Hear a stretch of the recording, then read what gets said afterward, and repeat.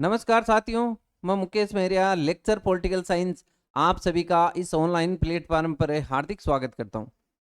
अपने राजस्थान पॉलिटिकल से संबंधित चर्चा कर रहे हैं जिसमें राज्यपाल, मुख्यमंत्री, राज्य विधानमंडल, हाई कोर्ट इनसे संबंधित चर्चा की। आज का जो अपना टॉपिक है वो है राजस्थान लोक सेवा आयोग यानी कि RPSC, Rajasthan public service commission. जिस तरीके से अखिल भारतीय प्रशासनिक सेवाएं हैं उनको संपन्न कराने के उद्देश्य से यूपीएससी का प्रावधान है, उसी प्रकार से प्रत्येक राज्य के लिए एक लोक सेवा आयोग का प्रावधान है। तो देखिए आप, ये एक संवैधानिक आयोग है। इसका उल्लेख मिलता है आपके भाग 14 में। इससे संबंधित जो आर्टिकल हैं 315 से लेकर के आर्टिकल 323 तक, इन सब अनुच्छेदों में जो प्रावधान है वो है एक स्टेट पीसीएस से संबंधित। एक राज्य के अंतर्गत भर्ती प्राधिकरण किस प्रकार से स्थापित होगा, उनसे संबंधित नियम है वो आपको मिलेंगे 315 से 323 के अंदर।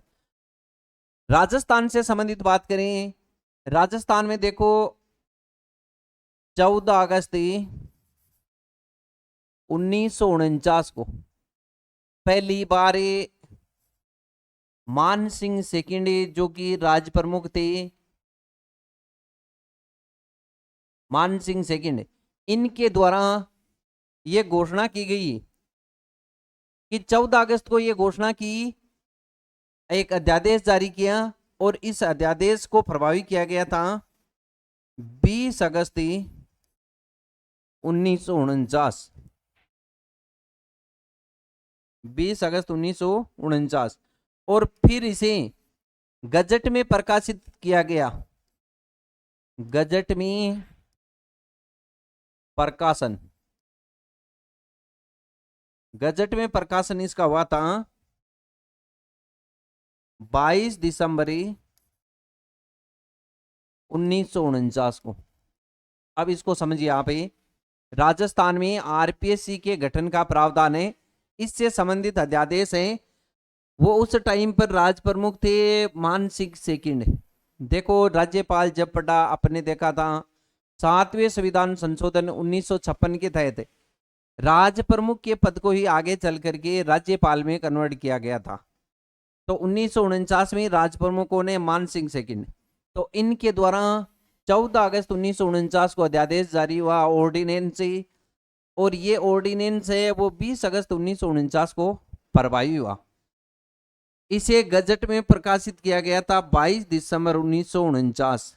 अब ये डेट इंपॉर्टेंट है कि आरपीएससी की स्थापना कब हुई, 22 दिसंबर 1949 को, और 22 दिसंबर को ही आरपीएससी राजस्थान लोक सेवा आयोग के स्थापना दिवस के रूप में मनाया जाता है। इसका मतलब 22 दिसंबर 1949 को आरपीएससी की स्थापना हुई। तो ये अपने को देखना है। अब मैंने आपको बताया कि आर्टिकल 315 से लेकर के 323 तक जितने भी प्रावधान है वो एक राज्य लोक सेवा आयोग से संबंधित है। प्रत्येक राज्य के अंतर्गत अलग अलग राज्य लोक सेवा आयोग होता है और उसी स्टेट के नाम से उसे जाना जाता है। तो अपने राजस्थान का है वो है लोक सेवा आयोग में यदि आर लगा दिया यानी राजस्थान लोक सेवा आयोग, आरपीएससी हो गया। अब देखते हैं प्रत्येक में प्रावधान कौन कौन से।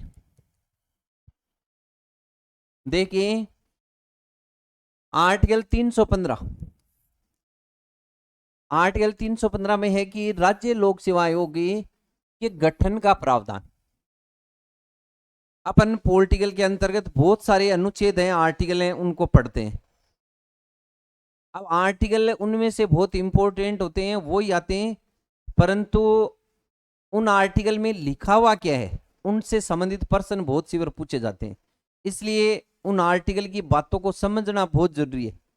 तो देखिए आप, आर्टिकल 315 में क्या चीज है, एक स्टेट पीसीएस के गठन का प्रावधान है यानी राज्य लोक सेवा आयोग के गठन का प्रावधान। अब इसका गठन कौन करते हैं, तो पहली बात तो आर्टिकल 315(1) के अनुसार एक राज्य के लिए लोक सेवा आयोग का गठन।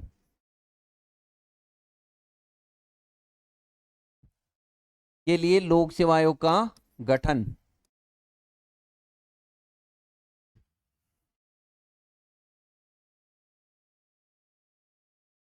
अब देखते हैं कि प्रत्येक राज्य के लिए एक लोक सेवा आयोग के गठन की बात की गई है और ये गठनकर्ता कौन है? ये करता है राज्यपाल। कौन करता है? राज्यपाल। एक है अपनी आर्टिकल 315(2). इसमें क्या बताया गया है? इसमें बताया गया है कि प्रत्येक राज्य के लिए एक लोक सेवा आयोग तो है ही, यदि दो राज्यों के लिए संयुक्त लोक सेवा आयोग भी हो तो भी संसद विधि के माध्यम से ऐसा कर सकती है। यानी इसमें है संयुक्त लोक सेवा आयोग के गठन का प्रावधान। संयुक्त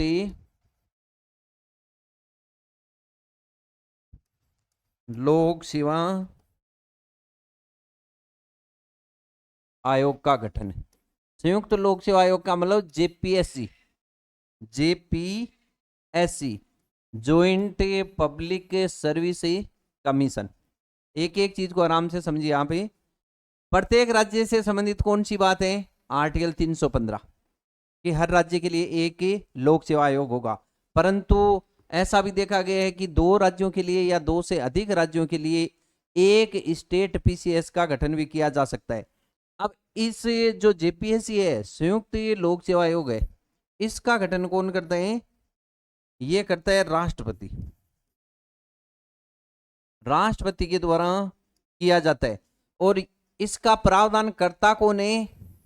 इसका प्रावधान होता है संसद विधि के माध्यम से। संसदीय विधि के द्वारा यदि दो या दो से अधिक राज्य ऐसी अनुशंसा करते हैं कि हमारे राज्यों के लिए ये संयुक्त लोक सेवा आयोग के गठन का जो हम सिफारिश करें, तो ऐसी स्थिति में संसद विधि बना करके राष्ट्रपति को देती है और राष्ट्रपति इस प्रकार के आयोग की मंजूरी देते हैं। तो ये अपने को देखना है। जितनी बार अपन जेपीएससी शब्द को पढ़ेंगे वहां पे राष्ट्रपति की बात आएगी, न कि राज्यपाल की। तो ये भी अपने को देखना है। आर्टिकल 315 हो गया। आगे देखो आप ही आर्टिकल 316। आर्टिकल 316 में है कि अध्यक्ष और सदस्यों की नियुक्ति और पदावधि का प्रावधान। देखो एक जो स्टेट पीसीएस है, इस स्टेट पीसीएस के अंतर्गत सदस्यों की नियुक्ति किस प्रकार से की जाती है और इनकी पदावधि किस प्रकार से होती है, तो वो सारी चीजें अपन इसमें देखते हैं। पहले अध्यक्ष और सदस्यों की नियुक्ति। तो नियुक्ति कौन करते हैं? नियुक्ति से संबंधित बात है आर्टिकल 316(1). नियुक्ति करेगा कौन है? चाहे अध्यक्ष हो चाहे सदस्य हो, इनकी नियुक्ति की जाएगी राज्यपाल के द्वारा। राज्यपाल के द्वारा।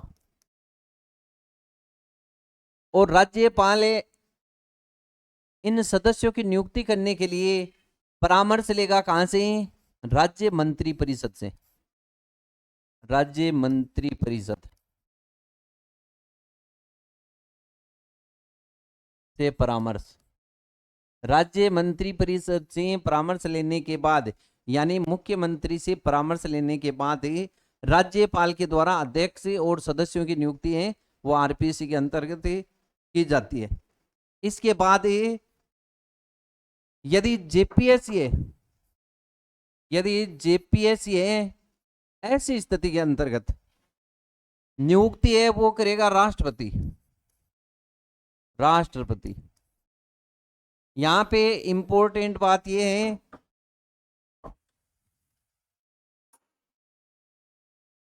जी, हाँ एक सेकेंड। तो इस प्रकार से जो जेपीएससी है, जेपीएससी का वर्णन है वो अपने को मिलता है।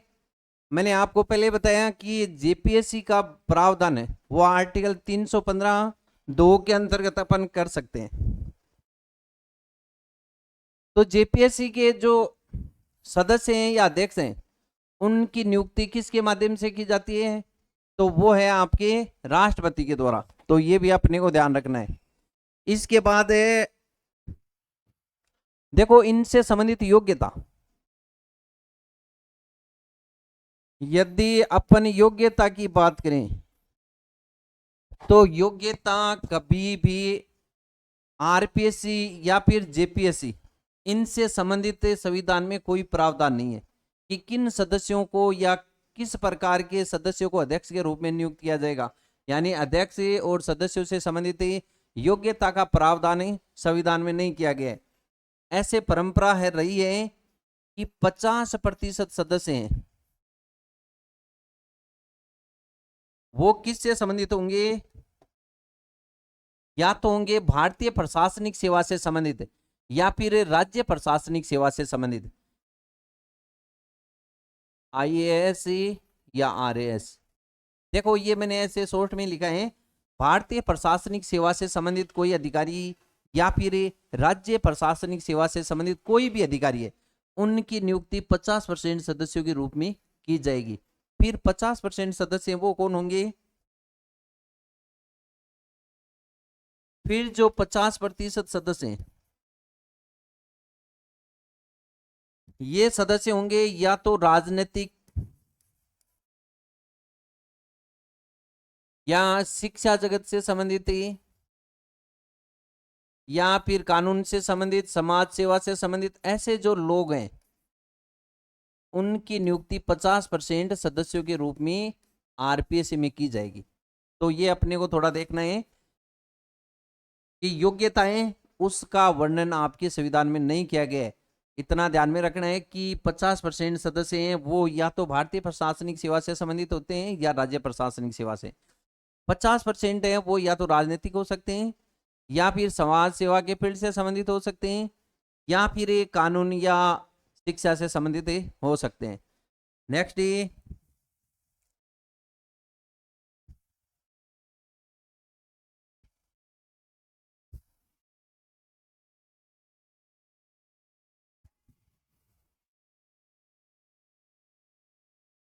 अब इसी में है आपके आर्टिकल 316 एक कै। इसमें जो बात बोली गई है उसे अपने को याद रखना है। यह है कार्यवाहक अध्यक्ष, कार्यवाहक अध्यक्ष। जैसे किसी भी स्टेट पीसीएस के अंतर्गत यदि अध्यक्ष का पद रिक्त है तो ऐसी स्थिति में कार्यवाहक अध्यक्ष के रूप में 19 सदस्यों में से राज्यपाल के माध्यम से कार्यवाहक अध्यक्ष बनाया जाता है। तो अपने को यह याद रखना है कि कार्यवाहक अध्यक्ष की नियुक्ति कौन करता है? तो इसमें होगा राज्यपाल। और यही बात मैंने आपको बताया कि यदि जेपीएससी है, जेपीएससी यानी संयुक्त लोक सेवा आयोग है, तो वहां पे कार्यवाहक अध्यक्ष की नियुक्ति कौन करेगा? राष्ट्रपति, राष्ट्रपति। तो ये भी याद रखना है। कार्यवाहक अध्यक्ष तब तक काम करते हैं जब तक स्थायी अध्यक्ष की नियुक्ति नहीं की जाती। तो कार्यवाहक अध्यक्ष की नियुक्ति आर्टिकल 316 के अकॉर्डिंग कौन करेगा? राज्यपाल करेगा। और ऐसा प्रावधान किस में किया गया है? ये संविधान संशोधन इससे संबंधित है, वो है 15वां संविधान संशोधन, 15वां संविधान संशोधन 1963। इसके तहत कार्यवाहक अध्यक्ष से संबंधित एक आर्टिकल 316 एक कै जोड़ा गया है जिसमें राज्यपाल इनकी नियुक्ति करता है। और यदि ये वैसे अध्यक्ष और सदस्य की बात करें तब भी वहां पे राज्यपाल ही नियुक्त करता है। तो जो क्लियर हो गया कि भाई अपन इस तरीके से अध्यक्ष या सदस्य है तो वो राज्यपाल ही नियुक्त करेगा। नेक्स्ट,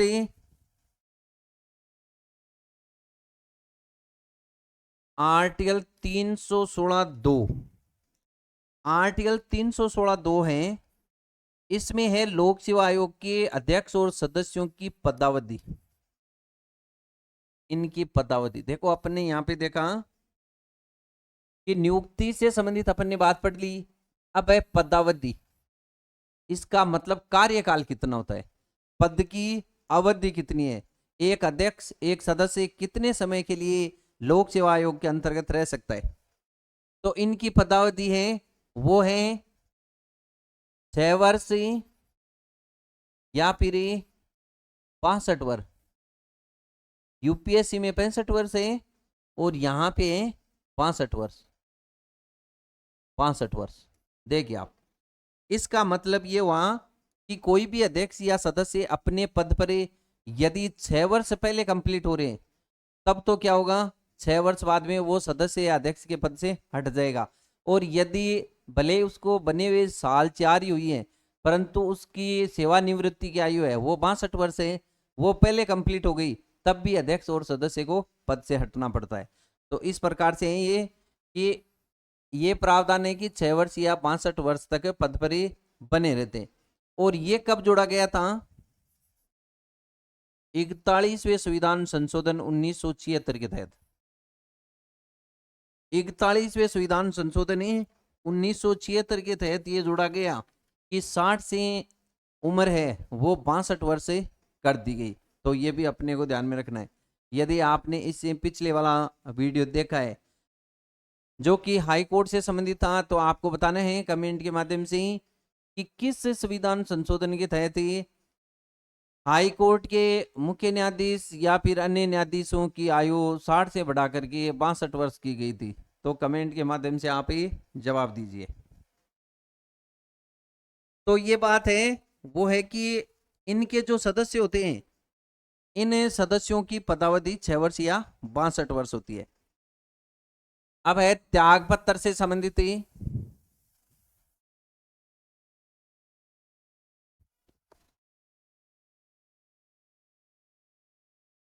आर्टिकल 316(3) इसमें बताया गया है कि त्याग पत्र सदस्य और अध्यक्ष के द्वारा त्याग पत्र, तो मैं डायरेक्ट इतना ही लिख देता हूं त्याग पत्र केवल, यानी कि अध्यक्ष और सदस्य अपना त्याग पत्र देते किसे हैं, तो एक साधारण सा जवाब है सीधा सा, राज्यपाल। ये अपना त्याग पत्र किसे देते हैं, राज्यपाल को, चाहे अध्यक्ष हो चाहे सदस्य हो अपना त्याग पत्र राज्यपाल को ही देते हैं। और यदि जेपीएससी है, यदि संयुक्त लोक सेवा आयोग है तो ऐसी स्थिति में वो त्याग पत्र किसे देंगे जेपीएससी में, तो वो देंगे राष्ट्रपति को, राष्ट्रपति को। तो ये भी थोड़ा सा आपको इसमें ध्यान में रखना है। अब देखो, यदि कोई भी अध्यक्ष या सदस्य एक बार इस आयोग के अंतर्गत अध्यक्ष रह गया तो वो पुनः है इस आयोग में अध्यक्ष नहीं बन सकता। दूसरी बात, सदस्य एक बार बन गया तो वो सदस्य पुनः इसी आयोग में नहीं बन सकता। जो सदस्य है वो इस आयोग में अध्यक्ष बन सकता है न कि सदस्य। इसका मतलब ये लाइन भी आपको याद में रखनी है कि पुनः है इसी आयोग में सदस्यों की सदस्य के रूप में नियुक्ति या सेवा नहीं ली जा सकती। ये था आर्टिकल 316।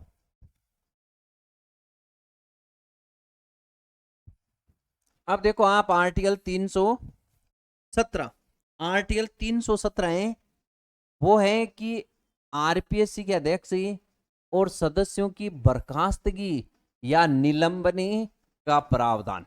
देखो, आरपीएससी के अध्यक्ष या सदस्य को टर्मिनेट या फिर सस्पेंड कैसे करते हैं, तो इसका तरीका क्या रहता है, यदि किसी भी सदस्य को टर्मिनेट या सस्पेंड किया जाता है तो उसका एक ही रहता है मेन जो आधार है वो एक है कि कदाचार के आधार पर हटाया जाता है। कदाचारी के आधार पर।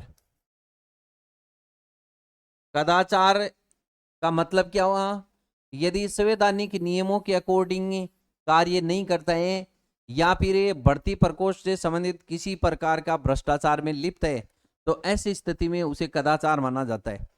और कदाचार के आधार पर किसी भी अध्यक्ष या सदस्य को हटाने से संबंधित प्रावधान है। इसमें आर्टिकल 317, 17 का मतलब खतरा, और 17 में क्या है, पद से हटाया जा सकता है। और ये आर्टिकल बहुत सी बार पूछा जाता है। अब हटाने की प्रोसीजर क्या रहेगी? यदि किसी भी अध्यक्ष या सदस्य पे कदाचार का आरोप लगाए तो ऐसी स्थिति में कदाचार की क्या होगी? जांच होगी। और वो जांच करेगा कौन? जांच करेगा सुप्रीम कोर्ट का न्यायाधीश। सुप्रीम कोर्ट का कोई भी न्यायाधीश है वो उस मामले की जांच करेगा, और जांच में यदि सही पाया जाता है, इसको बोल सकते हैं आरोप सिद्ध। यदि जांच में आरोपी सिद्ध हो जाता है, ऐसी स्थिति में क्या होगा? उसे हटाने का प्रावधान है। और हटाएगा कौन? राष्ट्रपति। राष्ट्रपति के द्वारा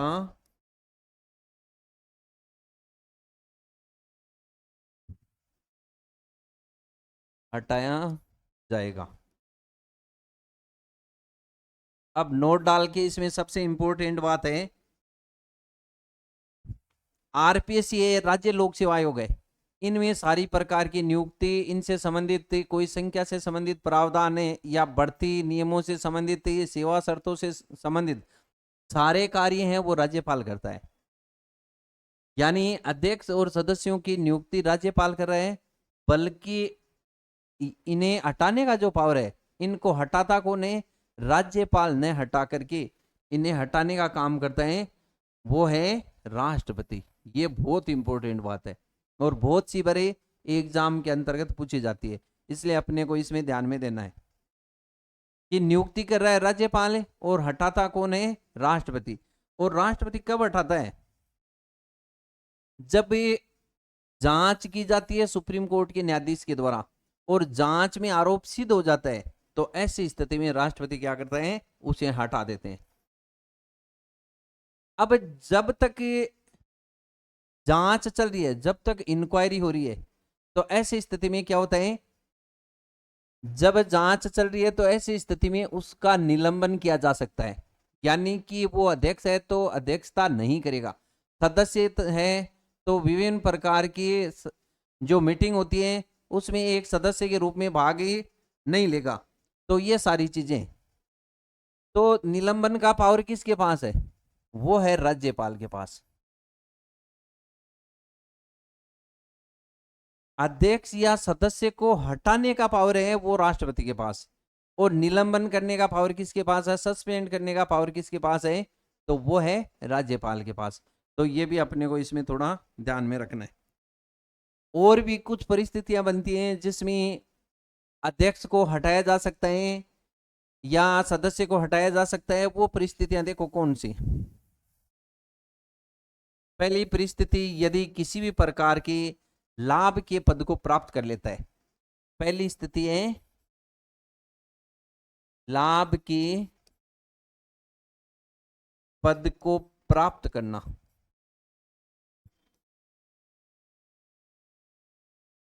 दूसरी स्थिति है दिवालिया हो जाना। और तीसरी कंडीशन है मतलब शारीरिक या मानसिक रूप से विक्षिप्त, या तो शारीरिक या फिर मानसिक रूप से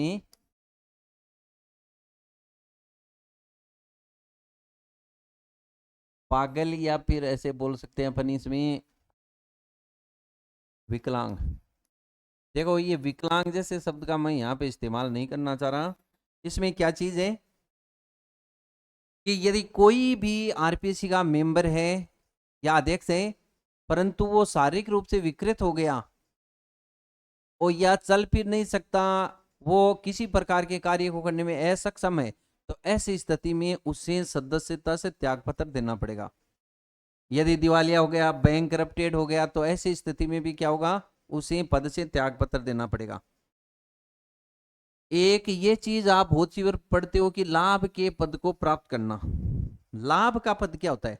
लाभ का पद का मतलब हुआ कि सदस्य रहते हुए, इसमें हालांकि आगे एक आर्टिकल मिलेगा जिसमें सदस्य रहने के बाद भी इस प्रकार का कार्य नहीं कर सकता, तो वो क्या होगा, लाभ के पद का मतलब हुआ कि किसी भी प्रकार के सरकारी अभियोजन के अंतर्गत एक साथ दो कार्य नहीं कर सकता। यानी यहाँ पे सदस्य हैं और किसी अभियोजन में अधिकारी या कार्मिक के रूप में काम कर रहा है, तो इस प्रकार के प्रावधान पे जो निषेध किया गया है, और यदि करता है तो ऐसी स्थिति में उसे पद से हटाया जाता है।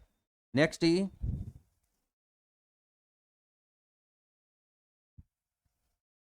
अब है आर्टिकल 318, अध्यक्ष और सदस्य और अन्य अधिकारियों की सेवा शर्तें में विनियम बनाने की शक्ति। इसका मतलब क्या हुआ, इसका मतलब ये हुआ कि जो अध्यक्ष है या सदस्य हैं जितने भी, या अन्य जो कर्मचारी वर्ग है, कर्मचारी वर्ग जो कि आरपीएससी से संबंधित है, इन सब की नियुक्ति से संबंधित प्रावधान है, नियुक्ति से संबंधित किसी प्रकार का कोई फेरबदल जो करना हो, या फिर ये किसी भी जो सदस्य है कोई अधिकारी है तो उनसे संबंधित जो स्थानांतरण से संबंधित या प्रमोशन से संबंधित,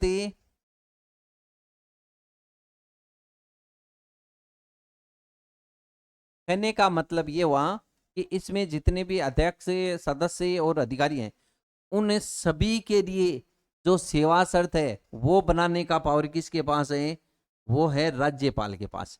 अपने को इसमें एक ही शब्द याद रखना है कि इस प्रकार की शक्ति है किसके पास, तो वो है राज्यपाल के पास। और भी बहुत सारी बातें हैं जिसमें यह है कि राज्यपाल इनकी सेवा शर्तों से संबंधित कई प्रकार की बातें इसमें बताई गई हैं। नेक्स्ट,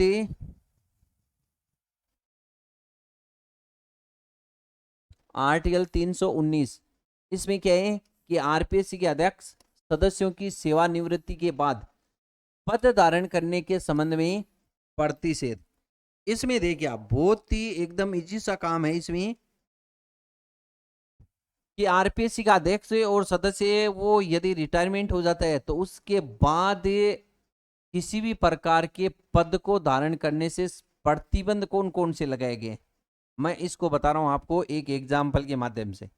जैसे मान लो कि कोई भी अध्यक्ष या सदस्य आरपीएससी में है, तो वो क्या मतलब जैसे ही रिटायरमेंट हुआ तो उसके बाद कहाँ पे ज्वाइन कर सकता है, या तो वह अध्यक्ष या सदस्य यूपीएससी में अध्यक्ष बन सकता है या फिर सदस्य बन सकता है। इस चीज को समझिए आप, कोई भी आरपीएससी का अध्यक्ष या सदस्य इस आर्टिकल के अकॉर्डिंग यूपीएससी में अध्यक्ष बन सकता है या उसका सदस्य बन सकता है, परंतु आरपीएससी का अध्यक्ष या सदस्य उसी आयोग के अंतर्गत सदस्य है, वह यदि आरपीएससी में बनना चाहे तो उसे अध्यक्ष बनाया जा सकता है। अध्यक्ष को पुनः है अध्यक्ष नहीं बनाया जाता, अध्यक्ष को पुनः अध्यक्ष नहीं बनाया जाता, सदस्य को पुनः सदस्य नहीं बनाया जा सकता, परंतु इस सदस्य को या फिर इस अध्यक्ष को, इन दोनों को किसी राज्य के अंतर्गत एसपीएससी, एसपीएससी का मतलब हो गया स्टेट पब्लिक सर्विस कमीशन। जैसे राजस्थान का कोई अध्यक्ष है तो हरियाणा के अंतर्गत, पंजाब के अंतर्गत, या फिर अन्य किसी राज्य के, जो हरियाणा और पंजाब के अंतर्गत वो तो संयुक्त रूप से किसी भी स्टेट पीसीएस के अंतर्गत ही वह अध्यक्ष बन सकते हैं, परंतु सदस्य नहीं बन सकता। और सदस्य है वो किसी भी स्टेट के अंतर्गत ही अध्यक्ष बन सकता है। तो ये अपने को इसमें ध्यान में रखना है, ज्यादा बहुत ज्यादा डीपली नहीं जाना है, अपने को यही समझना है कि उसी पीसीएस के अंतर्गत उसे वापस नहीं लगाया जा सकता। नेक्स्ट,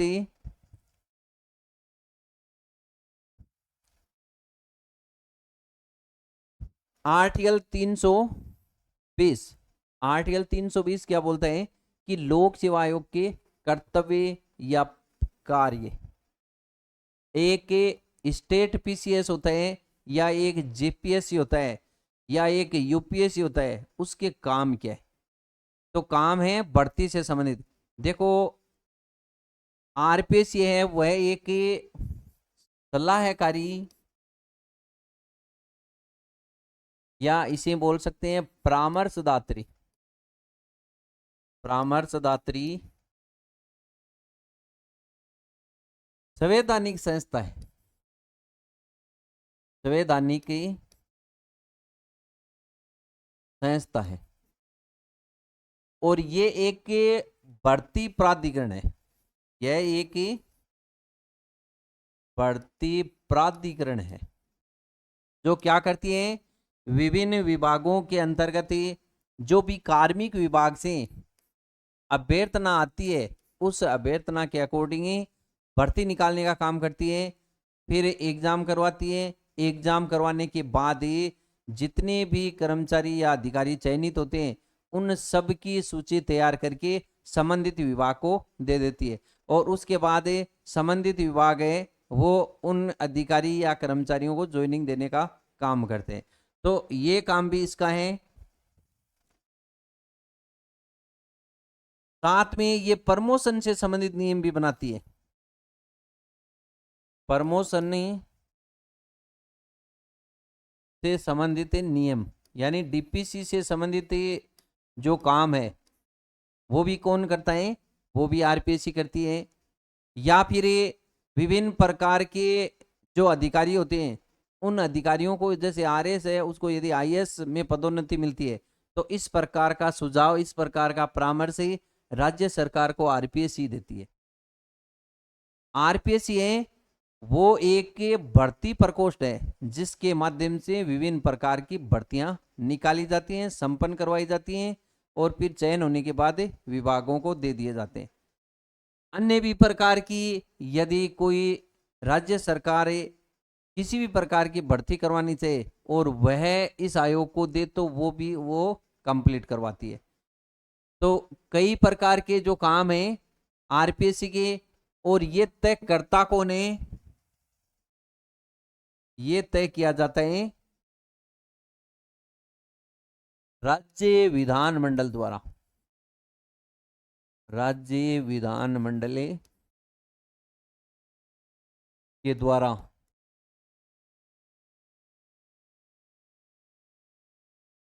विधि बनाकर, इस चीज को समझिए आप ही कि राज्य है, राज्य विधानमंडल है, स्टेट लेजिस्लेचर है, वो विभिन्न प्रकार की विधि बना करके कोई अन्य कार्य भी इस आरपीएससी को, इस लोक सेवा आयोग को दे सकता है। नेक्स्ट देखिए यहाँ पे फिर है आर्टिकल 321। आर्टिकल 321 में क्या बताया गया है कि आरपीएससी के कृत्यों का विस्तार करने की शक्ति। अभी इसमें यह बताया गया कि आरपीएससी को यदि अन्य प्रकार का कोई भी कार्य दिया जाता है, यदि उसके कार्यों का विस्तार किया जाता है तो वह कौन करेगा, राज्य विधानमंडल, राज्य विधानमंडल। इससे पिछला जो आर्टिकल था उसमें मैंने केवल ये बताया कि राज्य विधानमंडल ये काम करता है, और ये कार्य की शक्ति राज्य विधानमंडल के पास कहां से आई, तो वो है आर्टिकल 321 से।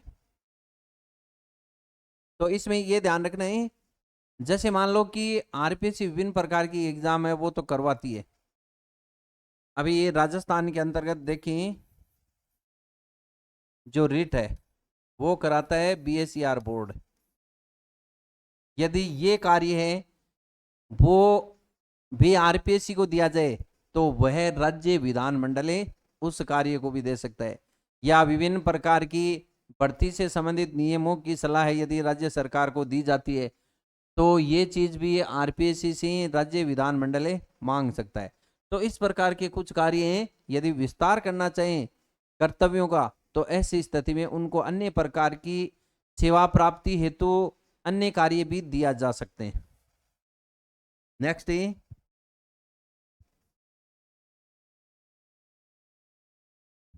इसके बाद है आर्टिकल 322, इसमें है लोक सेवा आयोग के व्यय का प्रावधान।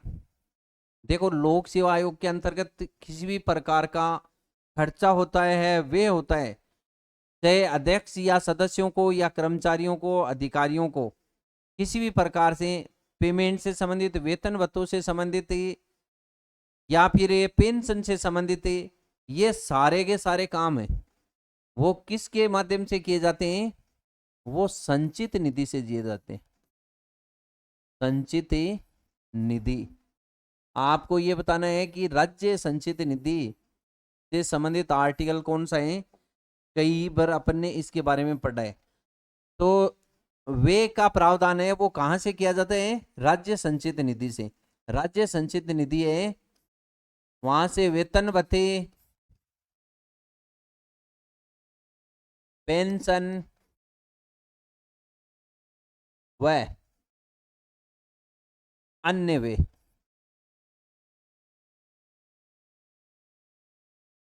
लोक सेवा आयोग का वे का प्रावधान कहां से है? राज्य की संचित निधि से।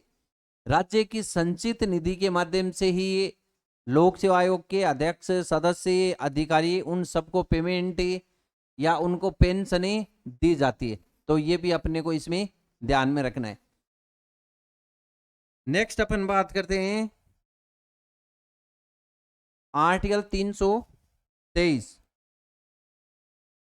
आर्टिकल 323 में क्या बताया गया है? लोक सेवा आयोग का वार्षिक प्रतिवेदन। देखो, एनुअल रिपोर्ट है आरपीएससी की,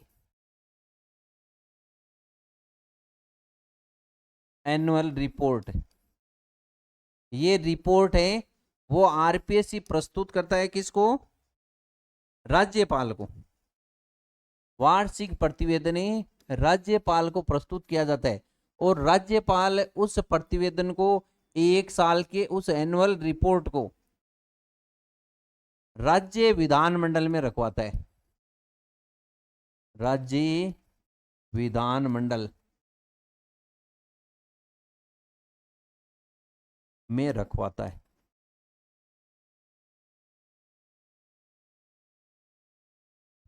यानी कि आर्टिकल 323 है वह है वार्षिक प्रतिवेदन से संबंधित। आरपीएससी का जो वार्षिक प्रतिवेदन है वह राज्यपाल को सुपुर्द किया जाता है, राज्यपाल को दिया जाता है और राज्यपाल इस प्रकार की रिपोर्ट समय समय पे आरपीएससी से मांगता है और उसी रिपोर्ट को, उस प्रतिवेदन को उसके बाद ही राज्य विधानमंडल में पेश किया जाता है। तो इस प्रकार से अपन ने आर्टिकल 315 से लेकर के 323 तक देखा। एक बार जल्दी से अपन देख लेते हैं।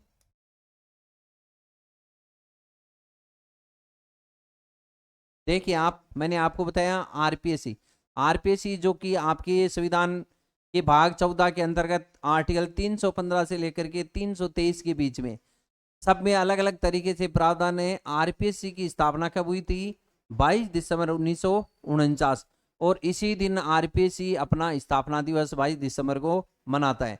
अब एक एक करके आर्टिकल अपने देखा था। पहला आर्टिकल था आर्टिकल 315, जिसके अंतर्गत राज्य हेतु एक लोक सेवा आयोग के प्रावधान की बात अपन ने की, जिसमें दो या दो से अधिक राज्यों के लिए एक संयुक्त लोक सेवा आयोग का गठन भी किया जा सकता है, परंतु ऐसा संसद विधि के माध्यम से किया जाता है और वो गठनकर्ता कौन है? राष्ट्रपति। जबकि एक राज्य के लिए जैसे आरपीएससी के गठन की बात है तब वो कौन करता है? तो वो है राज्यपाल। ऐसी अपन ने इसमें पढ़ा। फिर देखा अपने आर्टिकल 316, जिसमें अध्यक्ष है, सदस्य है, इनकी नियुक्ति कौन करता है? राज्यपाल करता है। और यदि सदस्य और अध्यक्ष की संख्या बढ़ानी है, अध्यक्ष तो एक ही होता है, सदस्यों की संख्या बढ़ानी है तो वो बढ़ाने का प्रावधान भी राज्यपाल के पास है, वो पावर भी राज्यपाल के पास है। कोई भी अध्यक्ष या सदस्य की पात्रता से संबंधित, योग्यता से संबंधित किसी प्रकार की कोई बात है वो संविधान में नहीं बोली गई है। इसके बाद ये त्यागपत्र किसे देते हैं? तो त्यागपत्र देते हैं यदि एक स्टेट पीसीएस है तो वो उसके अध्यक्ष और सदस्य राज्यपाल को त्यागपत्र देते हैं। यदि जॉइंट है, जेपीएससी है, तो वो राष्ट्रपति को अपना त्यागपत्र देते हैं।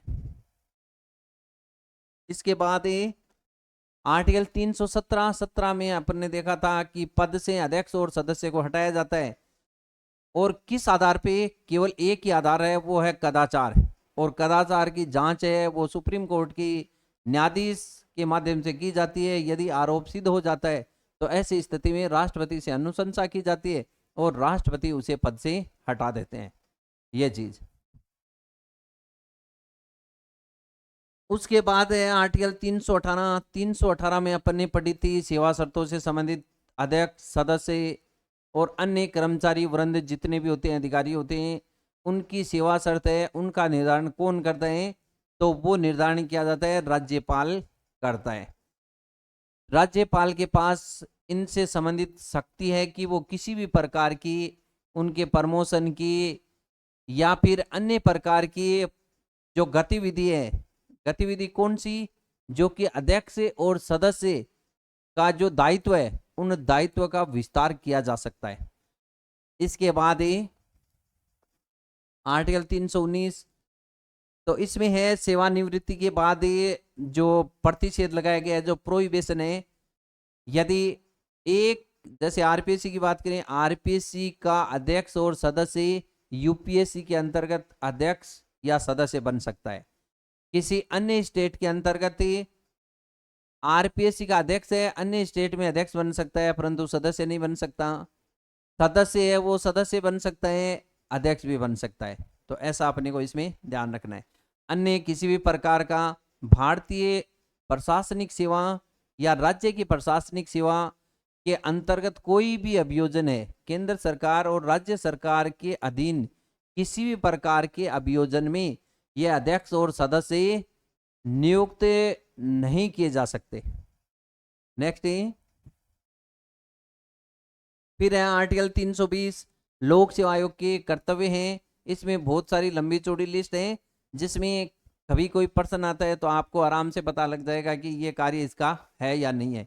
इसको इतना ही मानना है कि ये सलाहकारी परामर्शकारी एक बढ़ती न्यायाधिकरण है, और बढ़ती प्राधिकरण होने के नाते ये विभिन्न प्रकार की अनुशंसा करती है। राज्य सरकार यदि उस पर मोहर लगा देती है तब उन नियमों के अकॉर्डिंग वे विभिन्न प्रकार की बढ़ती करवाते हैं। नेक्स्ट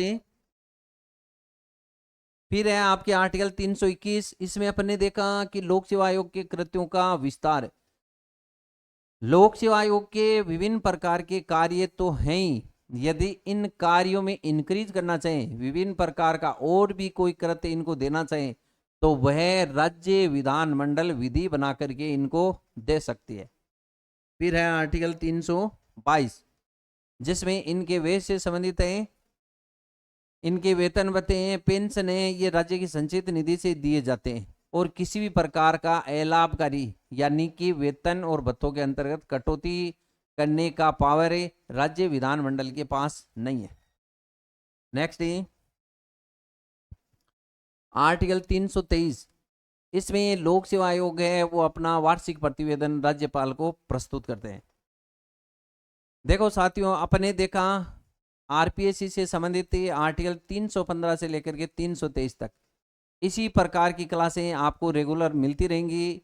इसके लिए आप मोटिवेट करने के उद्देश्य से या फिर आपके यदि ये मैटर बहुत सही तरीके से काम में आ रहा है, तब अपने दोस्तों के साथ इस वीडियो को, इस क्लास को शेयर कीजिए, लाइक कीजिए और सब्सक्राइब कीजिए। धन्यवाद।